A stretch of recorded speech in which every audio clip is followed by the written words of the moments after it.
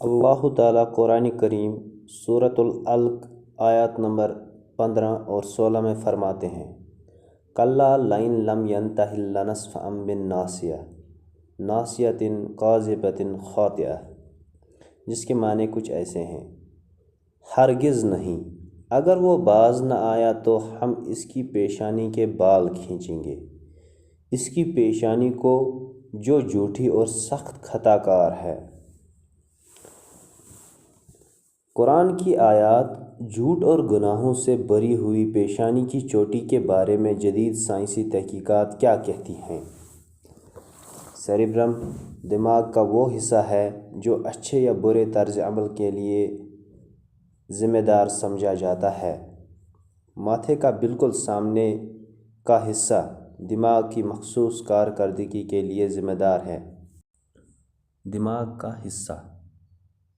قرآن کریم کی یہ عبارت جھوٹ اور گناہوں سے بری ہوئی پیشانی کی چوٹی حد درجہ دلچسپ ہے۔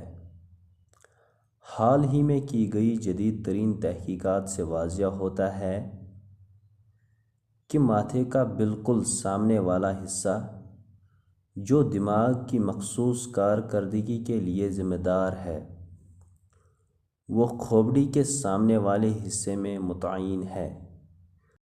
سائنس نے یہ بات صرف 60 سال قبل دریافت کی، جس کو قرآن حکیم نے 1400 سال قبل اظہار فرمایا۔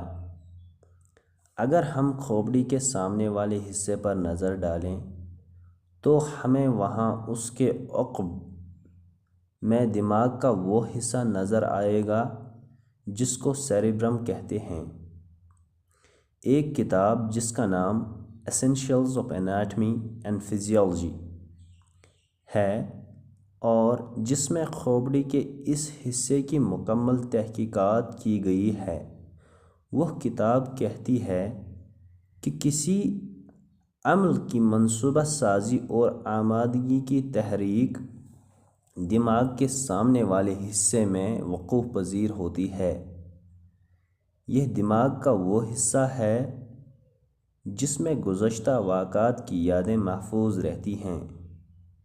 کسی عمل کے لیے متحرک ہونے کے لیے اس حصے کی کارکردگی کی وجہ سے اس کو جارحانہ عمل کا مرکز سمجھا جاتا ہے۔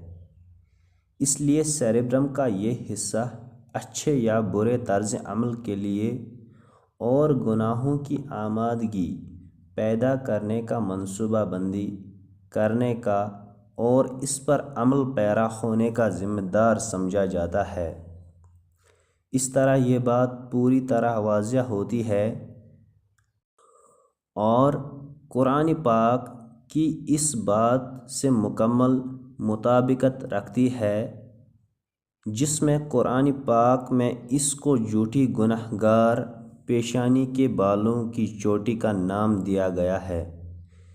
یہ بات جس کو سائنسدانوں نے گزشتہ 60 سال میں دریافت کیا، اللہ تعالیٰ نے قرآن کریم میں صدیوں پہلے بیان فرمائی ہے۔